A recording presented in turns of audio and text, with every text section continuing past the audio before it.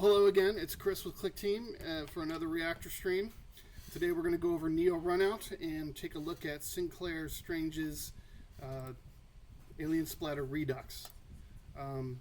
As you know, Neo Runout's part of our Firefly objects. It's a demo for our Firefly objects, a 3D Object Suite DLC for Click Team's Fusion. And basically when you run the game, it looks a little like this.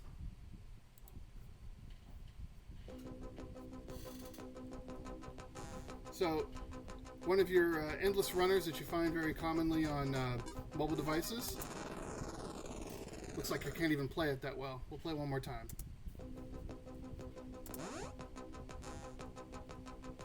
Arrow keys to move left and right. Spacebar to jump.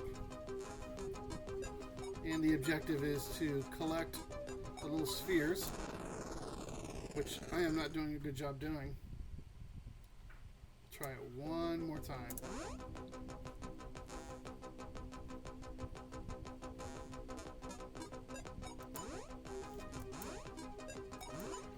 There we go.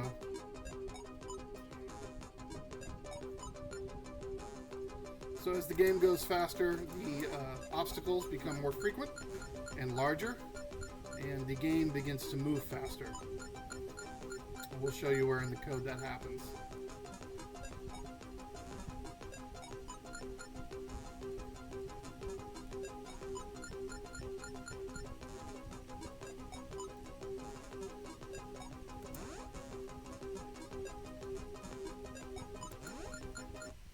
Alright, well, people say that the frame rate's pretty bad, so we'll just stop running it and get to looking at the code. So here we are, we have the event editor. We'll go back to the frame editor first. If you ever have used Firefly or considering using Firefly, one thing that we need everyone to understand is that the Properties tab is going to be your best friend. The Firefly objects have an incredible number of properties depending on the different objects. The Firefly objects can be found when you click Firefly in your side menu. And these are the base objects that come with Firefly. The Firefly engine being the base that you need to include in every project. You also will need at least one camera in your project and a light node to shine some light on the scene, so to speak. Then these other objects do different things, like the Firefly image projects a 2D image into your world. The Firefly static mesh allows you to load 3D models in that are not animated, which of course the animated mesh allows for animated models. And then, different things like the terrain generator or the skybox, which is right here. So in this particular project, we used several of these objects. We've got some billboards here. Here's our material cache, and you can see that the materials I've stored. We'll take a look. Let me go ahead and expand my properties tab. As you can see, tons and tons of properties. So it's currently set to the title, and the title is right here. Oop. Texture 1. You see it's just a 2D image. And that 2D image is being called, I believe, and we'll sort by the material object. We'll open all the groups. And 6, it's probably a billboard. Let's see.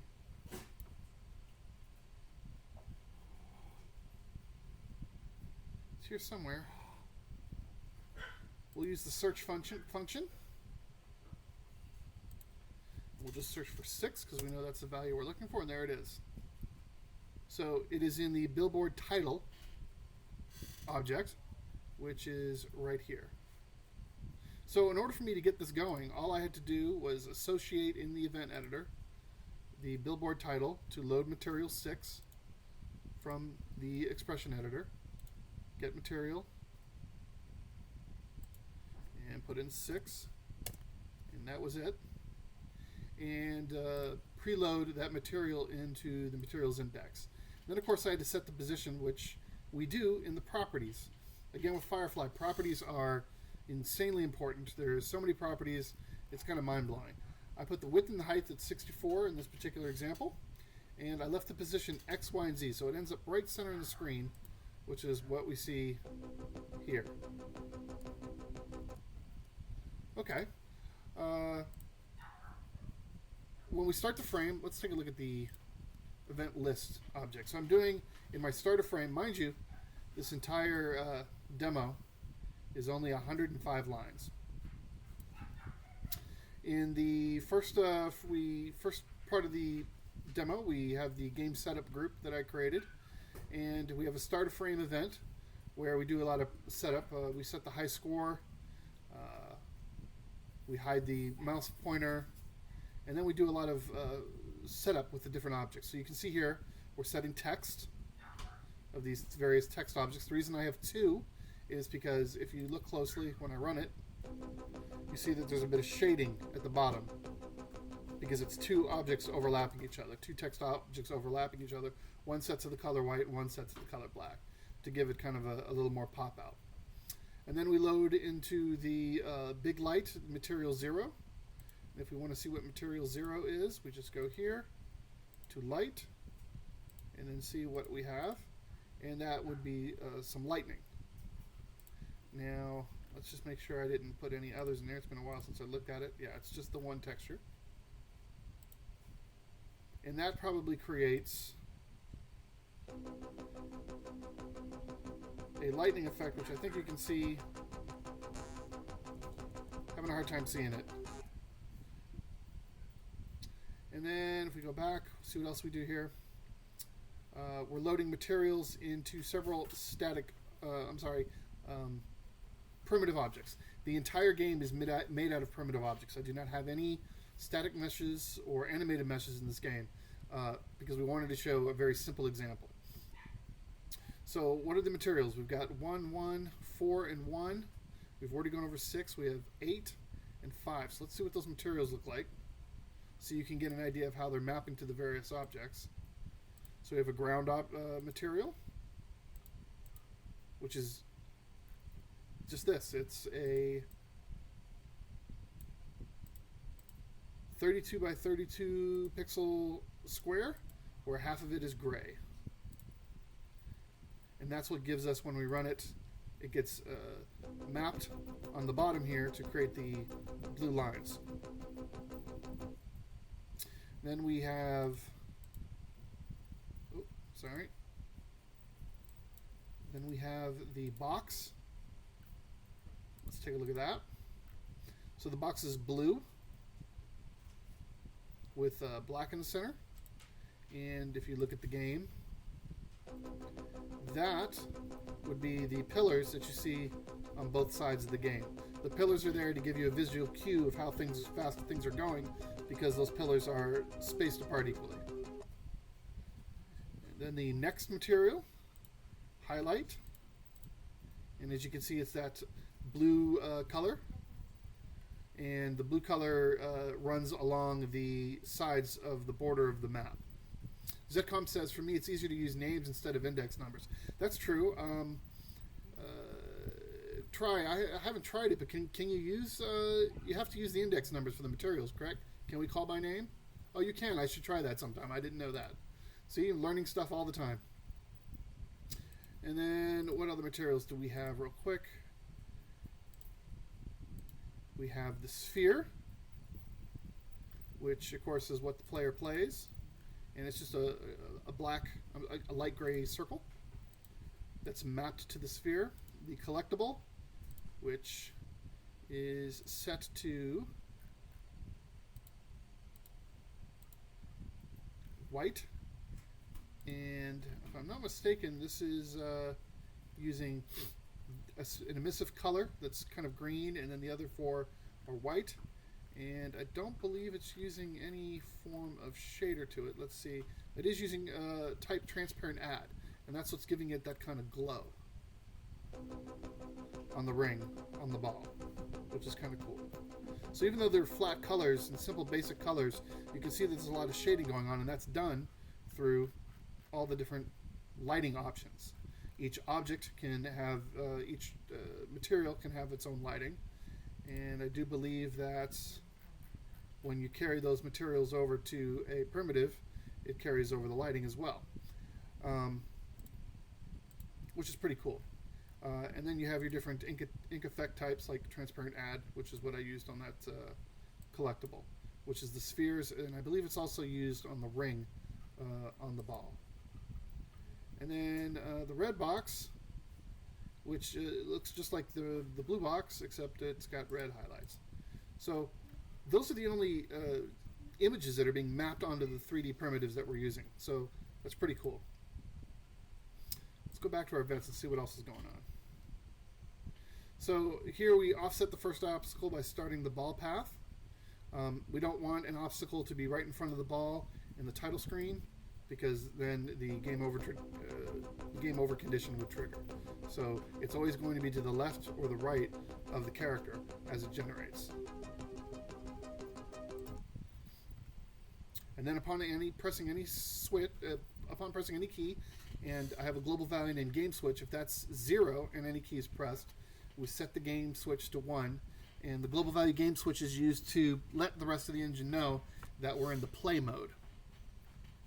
Then we activate 2 groups, collectibles and obstacles, and we play a sample, which I believe is the music. We set the volume of the music rather a little higher, because I believe in the beginning the volume is set a little lower. That way you know the game is begun. So here we refill the list with positions for random placement of objects and collectibles. So I have a list object called available collision lanes, and I have another available collect lanes, collision lanes, and we write to those lists 9 times. And what exactly are we writing? Well, here are the 2 groups, and we're writing from position source. So position source, let's find that list object. So I believe it is at the top. Gives us offset values, -40, -30, -20, -10, and then 0, and then positive numbers. And that'll make sense in a little bit why we do that. So we build a list of 9 each.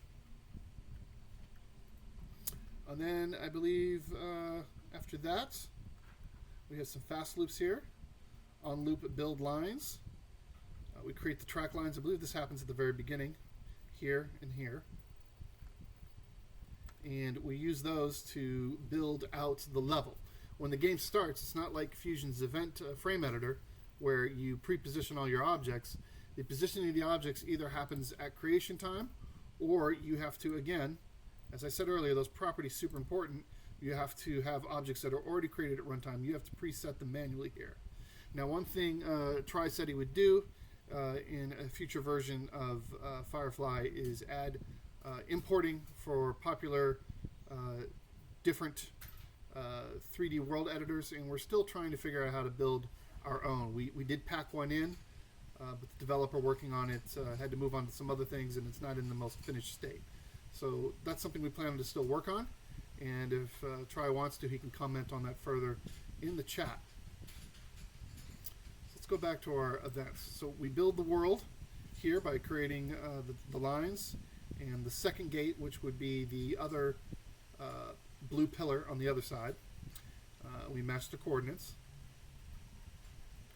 And then here, this is where whenever we create a new object, whether it be a obstacle or a distance count, which is, again, the pillars, or movement lines, or any other material that is created at runtime, we have to reload that material in. The material is not automatically associated to the object. Now, what you can do, and I've done in other demos, is when I check for the material not loading, I can also include a comparison to a string or a global, rather an object value, this particular object's values, because they can carry their own values. And if I was to do that, at runtime I can identify which objects materials I want to use, so that the same object can be repurposed for different models and different materials, which is kind of cool. So you got to have that group to consistently run and check for objects that are missing their materials and associate them. So down here we get to our collectibles, and we're going to check for the possible collectible collision. And I want to make sure that, I think there's more comments, there you go. And detect if the player is sharing a lane with the collectible. If so, run it on an each loop to run a comparison on each object sphere node. So what I've done here, as I said, is a collectible in the same lane as the player. And if so, turn the flag off for the player and start the each loop for every collectible. And then what we do is, if the collectible has the exact same X position and was within a range of 8 points of the Z position, then we destroy that collectible and add that collectible.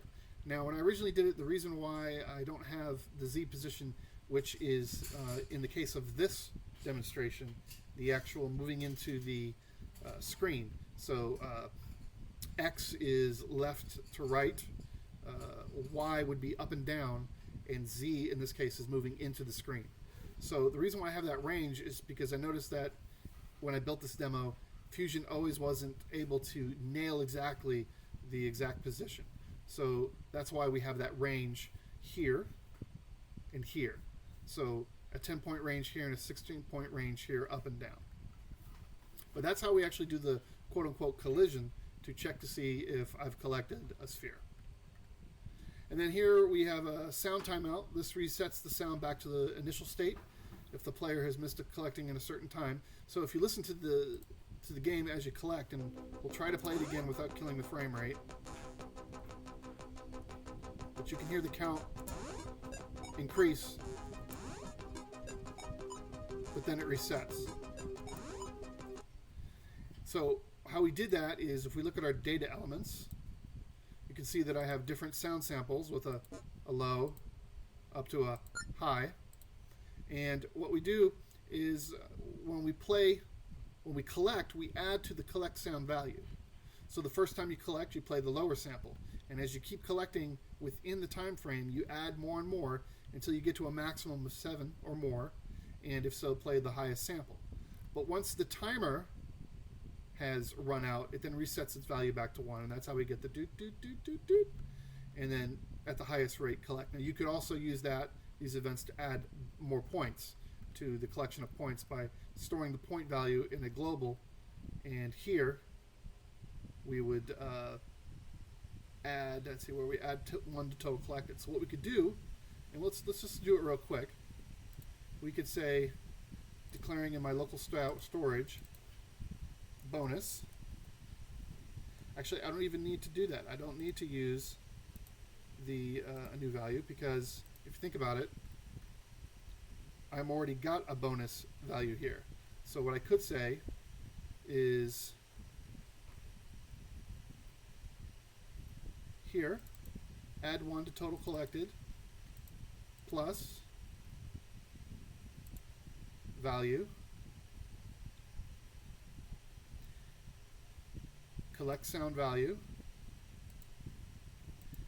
and because we don't want it to pop off at 1 immediately, we'll make it -1. Then we could run it and see what the effect is.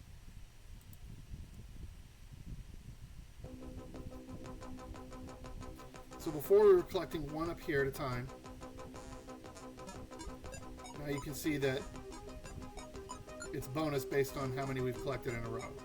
And that's a very simple example, but it just shows you how easy you can change things in Fusion. And that continues the playing. Now we have obstacles.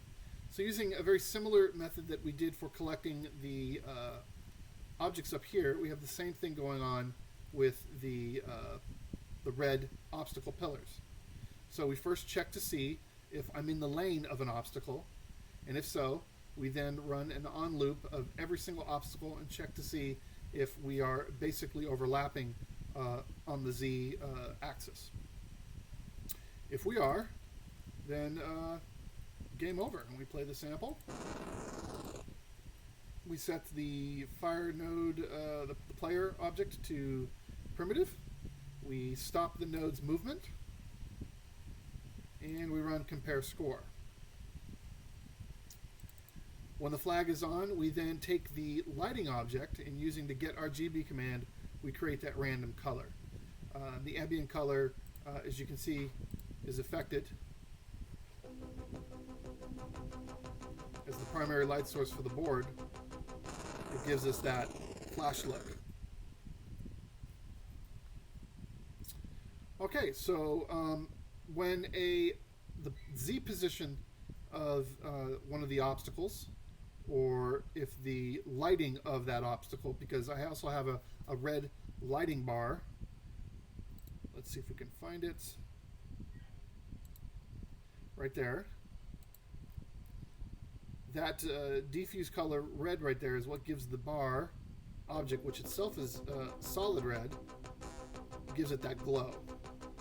Whenever those reach a certain distance past me, which I believe is greater than 50 or greater than 75, then we remove them from memory, and we create new ones as we go. So if I was to, I'm sure we'll show that in a second. In fact, there it is. So we create a primitive obstacle, and that pushes it deeper into the screen at the Z coordinate -280, and it increases the Y scale to a random value. And that's how that works. And then we do the same thing here by creating a jump obstacle. So the jump obstacle is the red bar. The primitive obstacle is the red pillars. I got that backwards. And then when we, on the creating of the jump obstacle, we also have a fast loop, create lights, which builds those red lighting effects on top of it. And you can see that I've created 3 to spread out the light. And there's our compare score. And if it is a new score, then we set the font color randomly as well. And new score is it a high score? Now we got movement. Now how do we do movement? So in this one, it's manually written. I'm not using much in the way of a built-in movement. And the way we do that is we first make sure that the camera is locked into our player, especially on the X,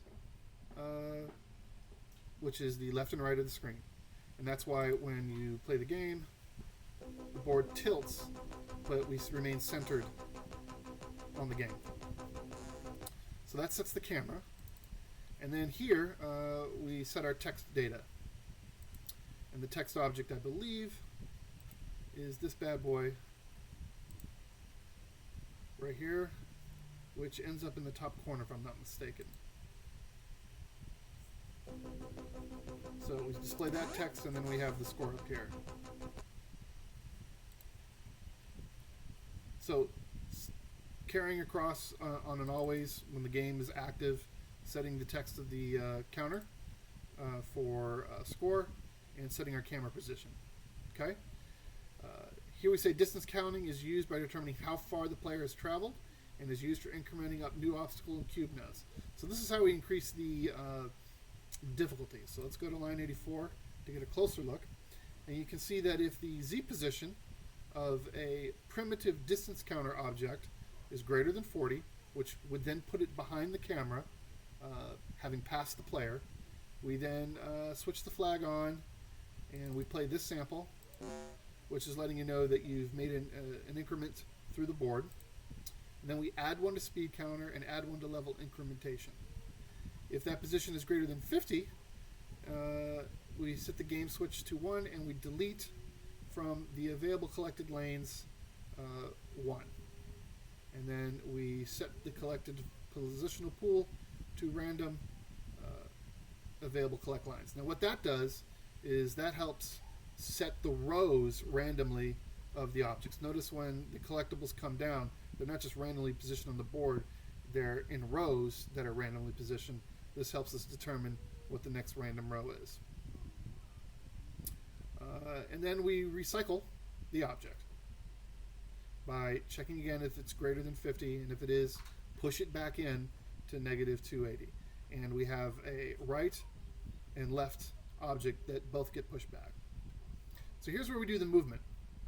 Movement is completely done left and right on the x-axis, and when basically the command is repeat while right arrow is pressed, and if the x position is greater than negative 40, meaning preventing it from pushing all the way off on one side, or as you see here, all the way off to the other side. So this condition is what prevents the ball from leaving the playboard. And then again, I've tested for the flag to be off. Now, I kind of am using the movement. As you can see here, I'm using the Firefly movement, and I'm saying move the node from its current. So we select the fixed object value, and then here you say x position that it's currently at minus 10. So it shifts it 10 to one direction, or plus 10 as you see down here, the other direction. So this gives us right and this gives us left. And you see that I leave y and z position alone, and it allows me to set the speed 10. Real easy to do. And then I set the algebra value a to 1, which I believe was movement tracking, so that you can't, when you move left, you're going to finish the left movement until it's time to move right. And then here we have spacebar, but instead of the x position, we manipulate the y position. Here you go. We compare to say, is it moving? And if a equals 1, which is right, or a equals 2, which is left, then we set y angle of the player tube ring, that little ring around it. That's how we kind of move it along the y rotation, which it isn't a perfect effect. I wasn't happy with it if we look at it, but it kind of gives us a cool effect, but maybe not the most common sense effect. But you can see how the ring kind of turns depending on where we move. That happens there. And then y position 0, here we move the node up. I believe that's what that does. Y position negative 12, plus 12. So it completes the jump up, and then this helps us complete the jump down. So this event is consistently moving the objects based on its z position, which again is depth in this game, plus the speed of the board, and speed counter times 0.02. And these are constantly updating every single one of those objects in the game board that move towards us. I even have a group for them, which I don't know which objects are part of that group, but the group assignment is here. And then we have a wrapping event. So again, like we did wrap the left and right counters by checking if it's greater than 50, we do the same thing with those group objects. Obstacle pieces apparently get wrapped as well. As you see here, we have obstacle red being wrapped based on its z position being greater than 50.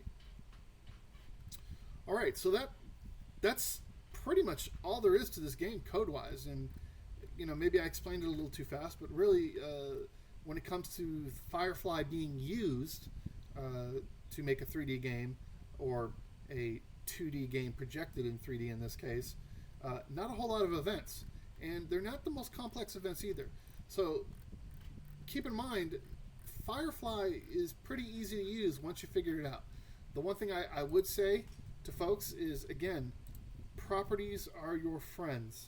Firefly relies so heavily on these tons and tons of properties. I don't think we have an object in Fusion that has nearly as many properties as some of these Firefly objects do. So it's very important to master the art of properties, as well as expressions.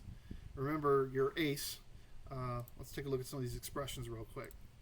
So here you have just a plethora of different expressions for each type of primitive that you could have selected.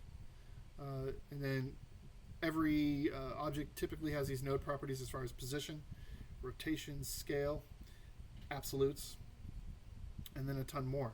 So that's an example of a primitive. The movements has a ton of different options too, just gobs and gobs of different options. Lighting. You can spend definitely a lot of time just learning all the different properties. Materials. But don't get afraid, that's why we've created these smaller examples. anyone should be able to navigate that's got some reasonable understanding of Fusion, be able to navigate 104 events and pick up some knowledge. So at this point, I want to know if anybody has any questions in the chat forums. And I'm going to talk to the YouTube people because they've been kind of left off alone here. Hello, YouTube. We have a question. Is there a 3D library included with the module? And John, the answer to that question is not so much. We haven't made any 3D assets besides what comes with the regular examples. And let's see if we can pull that up real quick. It's good to note that I'm going to go back to the frame editor. And if you go to the main engine object here and go to the About, you'll see that we have a ton of tutorials that you can launch right here. Let's start with this one. And this allows you to make Choco Break 3D, and we include all the assets for that. And we have a couple steps for a basic FPS example that we plan on fleshing out even more soon. So we include all the assets for that. And then if we go to our Fusion install, and we go to, I believe it's the examples folder, and we go down to Firefly, we give you these assets. So it's not a whole lot. I hope that answers your question, John, and I appreciate it. And I'm just going to let you know in the chat, answered your question. Thanks for the question, John. I appreciate it. Let's see if our YouTube viewers have any more questions. And no, so we're good there. Let's check out Twitch. Okay, that's a great question from Known One Jeff. How long did it take you to create Neo Runout after you learned how to use Firefly?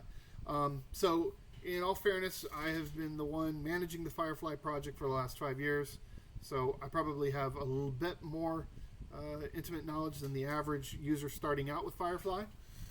That being said, really I spent 4 to 5 days building this example, part-time, maybe a couple hours a day.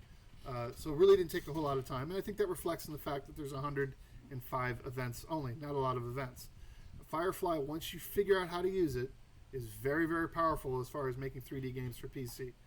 And if it continues to sell and is popular with our users, we definitely have plans to expand it to the mobile platforms at the minimum, Android and iOS.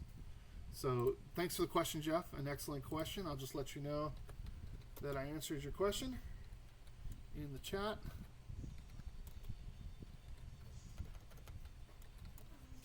There you go, sir. Does anyone else have any questions about Firefly or Neo Runout before I move on to playing a game?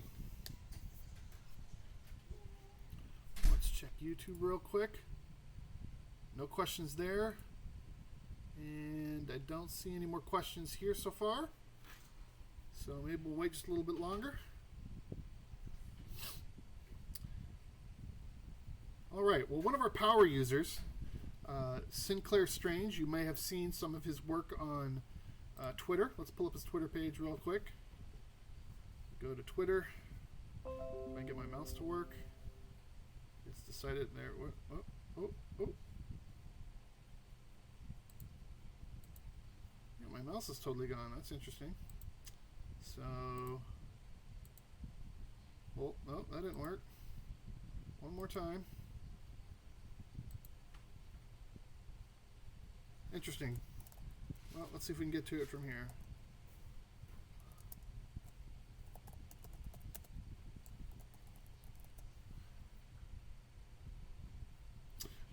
Ian just said in the Twitch chat that he's looking to add vertex manipulation and lighting in a soon-to-be future patch. So that's kind of cool. And that's in answering a question from Zetcom. So thanks, guys, for that question. And here is Sinclair Strange's Twitter, for those of you that want to follow him. He makes incredible games with Fusion. He's also done some pretty good work with the P3D plugin for Fusion. That's actually part of the Reactor today and tomorrow. In fact, there's some of the footage right there that you can see. Incredible user. He has several Steam games available. Today we're going to play one of them. The one we're playing is Alien Splatter Redux. I don't know. It's French. I work for a French company, and I probably should be able to pronounce that, but I can't. And it's definitely filled with a lot of 8-bit Nintendo yummy. So we're going to go ahead and give it a playthrough. You can find it on Steam. Just search Alien Splatter. He has a wonderfully expensive asking price of 99 cents. So I think that if you like the game, you definitely could support the user for just $1. He'd appreciate it. And let's give the game a play. I went in earlier and set it up. The game actually starts at a very low resolution. We'll go through the settings and find the resolution to show you how small it is. We're going to watch the intro first. Redux. Okay, Click Team UK says I got to say Redux. So thank you for helping an American with his French.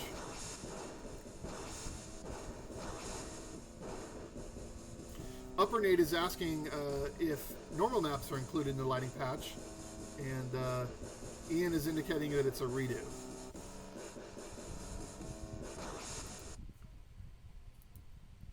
Alright, so we've made it to the menu after that really cool Nintendo quality intro. And we'll press enter. And then let's go to options real quick, just to show you the original size of the screen. When I first ran it, it was that big. So kind of cool that he worked at such a small resolution. But let's get it back up to something that we can all see. I'm going to cut down the volume a little bit so you can hear me talk, because I know that's really what you want. And let's go ahead and give it a play. We got stage 1, the city. Here we go. So you have your typical Contra-looking dude in a very low color palette, which meshes the Nintendo Entertainment System or 8-bit generation graphics very well. I can walk back and forth, S jumps, and definitely can shoot. Let's see if we can find something to shoot.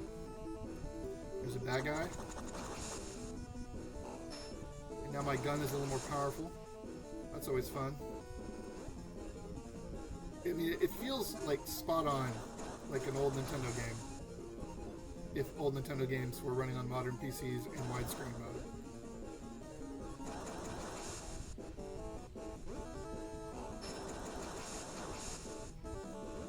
So this is really cool. So far I haven't... Oh, it took hit. Did it take off my life? I don't see any life damage, but...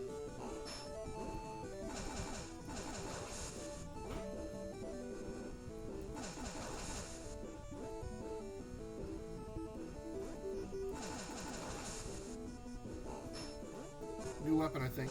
Ow, okay, so it definitely took off damage. So when I'm in cover, when I'm ducked down, I can avoid the fire. So that's kind of cool. Health, got my health filled back up.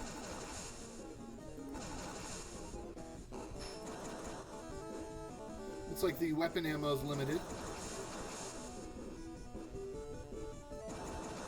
Oops, I hit the wrong button.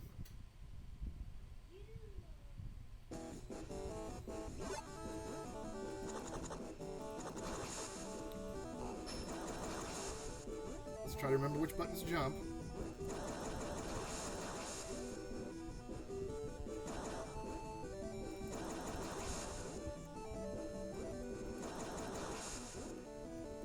Oh my gosh, why can't I play this game? What's my problem?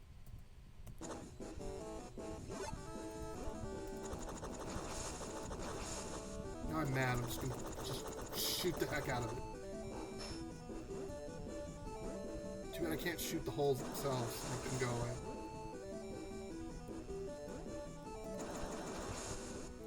Yay!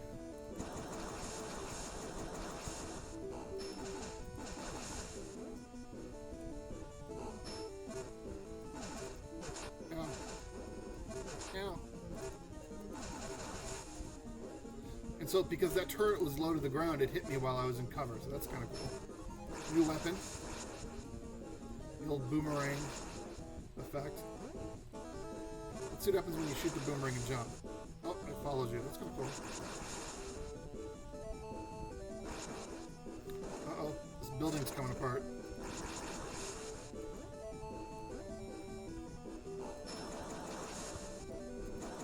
Whoa, what was that?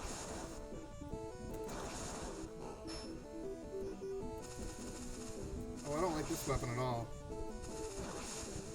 Getting a little too close to comfort.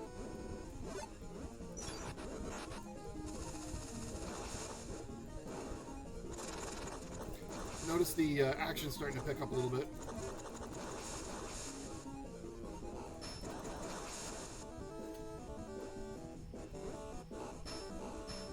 That's cool. The weapons stack if you collect the same number of weapons, same type of weapon.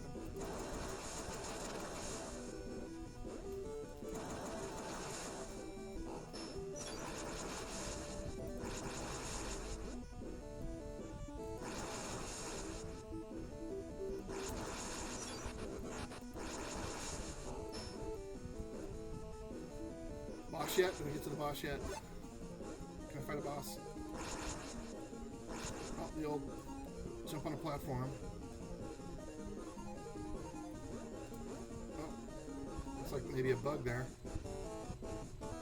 Or maybe it was intentional, because you'd have stuff like that happen in old Super Nintendo games all the time. Or regular Nintendo, rather.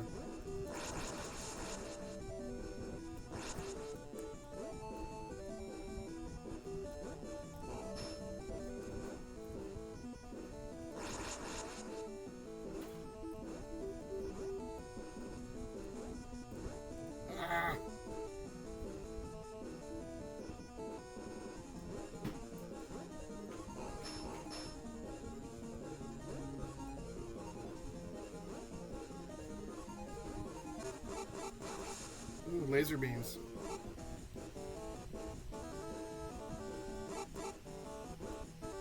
The only thing missing with this laser beam is it's not attached to a shark.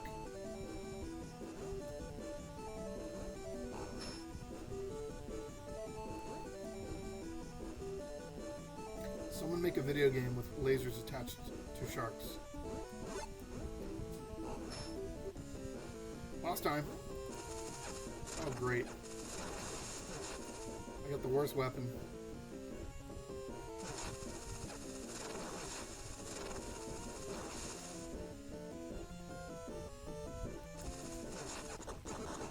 Well, at least I killed him.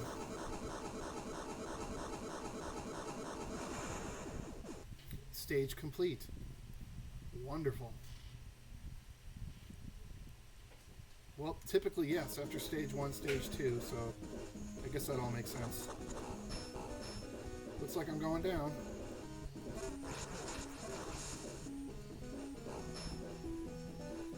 I just love the style. It's perfect. It perfectly matches. I feel like I'm playing like Bionic Commando or Shatterhand or even Contra from back in the 8-bit days. Definitely could use that help. Thank you. So in the water, there's this kind of weird physics thing going on, which is kind of cool.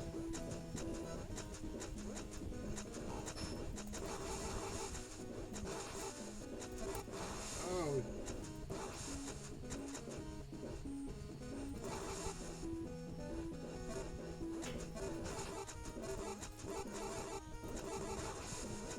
Dead.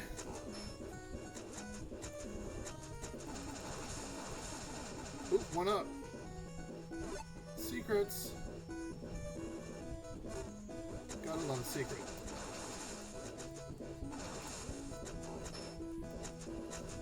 Oh. Not good. Not, in probably in traditional fashion, I gotta do the whole thing over.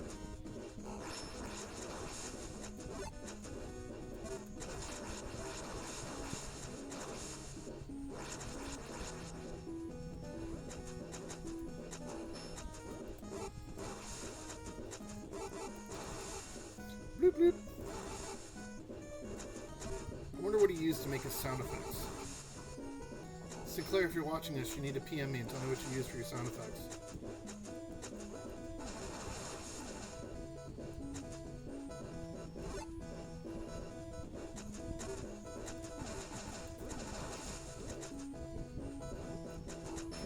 Alright, don't screw this up. There we go.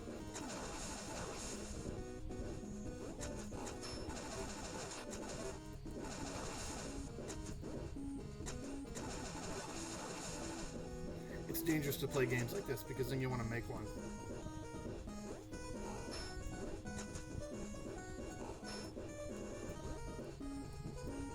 Oh, the water flowed me out onto the... So if I was 10 years old playing a Nintendo Entertainment System in 1986, I would have just said, this game's cheap. See how the... Oh!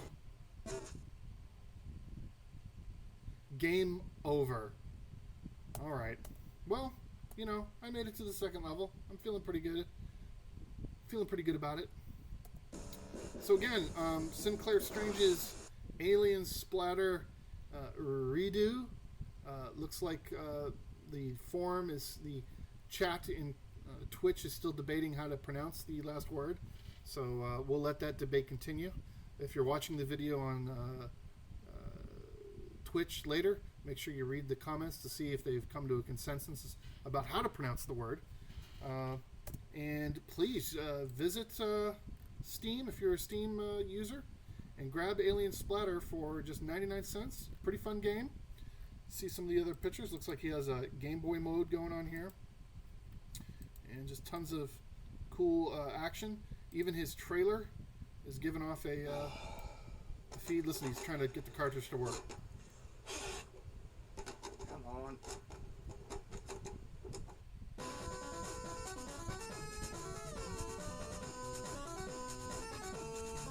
Excellent.